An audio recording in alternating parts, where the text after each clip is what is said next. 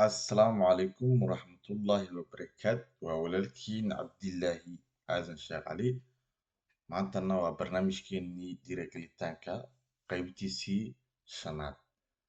Maanta waxaan kaga hadlayaa barnaamij aad iyo aad u xiiso leh oo aad iyo aad noo anfici doona dhammaanteen.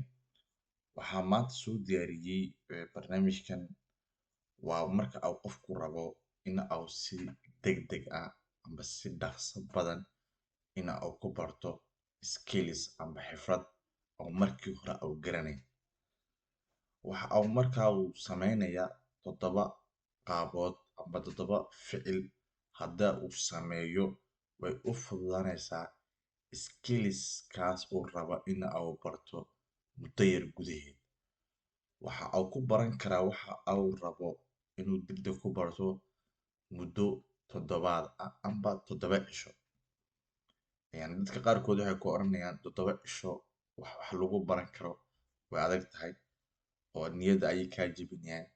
laakiin anu waxaan isku dayay hab dhaqanka markaan buugga ka akhriyey meelo badan aan ka dhageystay in aan isku dayi karo natiijo fiicanna waan ka keenay. waa maxay 7 qaabood aan marayno ee noo baraysa ama noo fududaynaysa waxaan aan rabno inaan si dhaqso ah aan u qabno. 1 waxaan aad rabtid inaad si dhaqso ah u baratid waa inaad horta soo diyaarsatid qalabkiisii oo si fiican u soo diyaarsato. haddii aan tusaale ka soo qaato luqad English ayaad diyaarinaysaa waa inaad soo qaadatid buugaantii aad ka baran lahayd luqadda Englishka iyo wixii aad ka baran lahayd iyo wixii aad ka akhrin lahayd inaad diyaarsatid. yani inaad hawsha aad bilaabaysid preparing waa inaad isdiyaarisid. marka aad isdiyaarisid qaybta labaad ee u gudbaysa waxay noqon doontaa inaad isweydiiso waa maxay baahidan aan u baranayo Englishka. xagga waxa kaaga soo bixi doona sababta aad u baranaysid waxan. marka way kuu fududaan doontaa in aad samaysid. 3 etaabka saddexaad aad qaadaysid waa inaad hurdo fiican aad seexatid muddada 7 cisho aad rabtid inaad waxan aad samaynaysid inaad ka muwaafaqtid.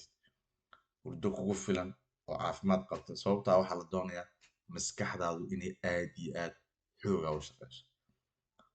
ta afraad aad samaynaysid waxa weeyaan inaad habdhaqameedkaagii bedeshid karakteerkaagii amba dabeecadahaagii aad bedeshid 7 cisho aad wax baranaysid oodiyada inta badan aad la imatid. ta shanaad waxa weeji in aad focus ka saartid hal wax inaad baratid. luqad English aad tiri wax kala dhageysan maysid wax kala akhrin maysid luqadda Englishka ayaad focuska aad iyo aad u saaraysaa sida aad uga natiijo aad geeysid 7kaas. ta lixaadna waxaad ka dheeraanaysaa waxyooyinka kaa hor istaagi kara 7 cisho eed qabsatay inaad luqaddaas ku baratid baad iska ilaalinaysaa. hadday tahay meel buuq badan hadday tahay telefoonada badan hadday tahay bixitaankaaga badan wax waliba oo waqti kaa qaadanaya baad iska ilaalinaysaa. ta ugu dambeysa waa ta fiican wixii aad samaynaysid hadduu qoraal yahay iyo hadduu computer aad ka baranaysid iyo hadduu akhris yahay inaad la imatid practice aad ku celcelisid habeen iyo dharaar galab aad ku celcelisid waxaad arkaysaa natiijo